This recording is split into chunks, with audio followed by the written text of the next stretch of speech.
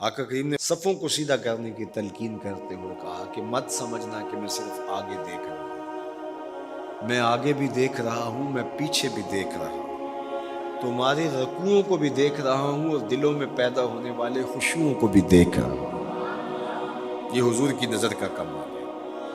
اور حضرت عبداللہ ابن عباس رضی اللہ تعالیٰ عنہ فرماتے ہیں کان رسول اللہ صلی اللہ علیہ وآلہ وسلم یرا فی اللیل فی الظلمہ کما یرا فی النہار فی الضوء۔ حضور رات کی تاریکی میں یوں دیکھتے تھے جس طرح دن کے اجالے میں دیکھتے تھے۔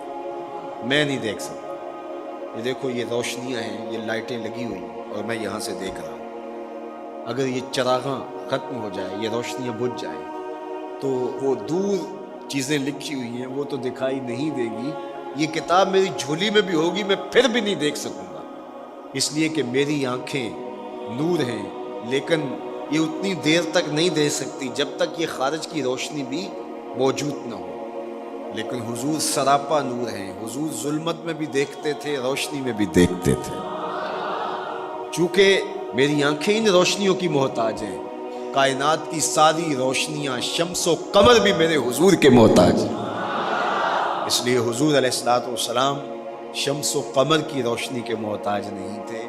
حضور کی مبارک آنکھیں جو ہیں وہ اندھیرے میں بھی دیکھتی تھی اور حضور کی آنکھیں روشنی میں بھی دیکھتی تھی۔ آقا کریم علیہ السلام نے ایک موقع پہ ارشاد فرمایا وَإِنَّ مَوْعَدَكُمُ الْحَوْض وَإِنِّي لَأَنظُرُ إِلَيْهِ مِن مَقَامِي هَٰذَا، بخاری مسلم باقی کتب حدیث میں موجود ہے۔ فرمایا کہ تمہارا جو حوض کوثر پر وعدہ ہے جہاں میں تمہیں جام بھر بھر کے دوں گا، فرمایا میں یہاں کھڑا ہوں اور یہاں کھڑے ہو کے اس کو دیکھ رہا ہوں۔ حضور یہاں کھڑے ہیں اور وہاں دیکھ رہے ہیں۔ ایک دن حضور صلاۃ الاستسقاء پڑھا رہے تھے، جب بارش نہ ہو رہی ہو تو اس کی جو نماز پڑھائی جاتی ہے اللہ کے حضور دعا کرنے کے لیے تو اس کو صلاۃ الاستسقاء کہا جاتا ہے۔ ام المومنین سیدہ عائشہ رضی اللہ تعالیٰ عنہ سے مروی ہے۔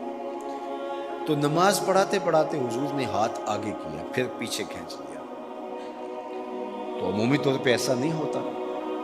تو صحابہ نے جب دیکھا تو بعد میں کسی نے پوچھا حضور آج نماز میں آپ نے ہاتھ آگے بڑھایا اور پیچھے کھینچ لیا، مجھے بتائیے کہ حالت نماز میں نظر کہاں ہونی چاہیے؟ جائے سجدہ پہ ہونی چاہیے نا، لیکن صحابہ حضور کو دیکھ رہے ہیں۔ اللہ، صحابہ سے کسی نے پوچھا کہ تم بتاؤ ظہر اور عصر کی نمازوں میں حضور قرات کرتے تھے؟ کہاں کرتے تھے؟ بخاری میں۔ تمہیں کیسے پتا ہے کرتے تھے؟ کہا نحن نعلم باضطراب لحیتہ، ہم حضور کی مبارک داڑھی کی جنبش سے اندازہ کرتے تھے کہ قرات ہو رہی ہے۔ معلوم ہوا نماز بھی چلتی رہتی تھی، رخ محبوب کی دید بھی ہوتی رہتی تھی۔ اور اقبال کہتا ہے شوق تیرا اگر نہ ہو میری نماز کا امام، میرا رکوع بھی حجاب میرا سجود بھی حجاب۔ اللہ اکبر۔ تو حضور نے ہاتھ آگے بڑھایا اور پھر کھینچ لیا۔ پوچھا گیا حضور یہ آج نماز میں ایک نئی چیز ہم نے دیکھی، آپ نے ہاتھ آگے بڑھایا پھر کھینچ لیا؟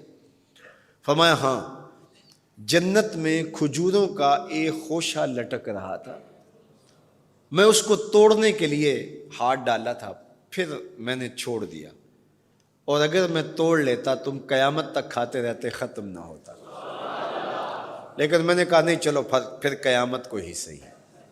اب حضور کھڑے کہاں ہیں؟ مدینہ المنورہ میں، اور جنت کہاں ہے؟ سدرۃ المنتہا سے اوپر۔ سر پٹ گھوڑا دوڑے اور تیز رفتار گھوڑا، تازی گھوڑا، 500 سال دوڑنے کے بعد پہلے آسمان تک پہنچے، پھر اتنی موٹائی آسمان کی، پھر دوسرا آسمان، پھر تیسرا آسمان، درمیان میں پھر خلائیں بھی، پھر وہاں سے 7 آسمانوں کے بعد کہیں سدرۃ المنتہا، اور قرآن بتاتا ہے کہ جنت بھی سدرۃ المنتہا کے پاس ہے، پھر آگے جنت، اور جنت کے جو درخت ہیں وہ 70,000 سال کی اونچائی پر ہیں، وہاں لٹکتی ہوئی کھجوروں کے خوشے، اور حضور علیہ السلام نے یہاں کھڑے ہو کے ہاتھ بڑھایا اور وہاں حضور کا ہاتھ پہنچ گیا۔ یہ ہاتھ کے پہنچنے کی منتہا نہیں ہے، ضرورت یہاں تک کی تھی لہٰذا یہاں تک پہنچا، اگر ضرورت اس سے آگے کی ہوتی تو آگے بھی پہنچ جاتا. تو حضور کا ہاتھ یہاں سے یہاں تک پہنچا. یہ حدیث پاک میں نا، میں اور آپ ہاتھ اٹھائیں تو ہمارا ہاتھ کہاں تک پہنچتا ہے؟ 5 فٹ قد ہے تو 3 فٹ اوپر ہاتھ پہنچ جائے گا، تو ہمارا ہاتھ 8 فٹ تک پہنچے گا، زمین سے 8 فٹ تک. چلو کسی کا 9 فٹ تک پہنچے گا، کوئی چھلانگ لگا کے اچھل کے اوپر لے جائے گا تو 10 فٹ تک پہنچ جائے گا.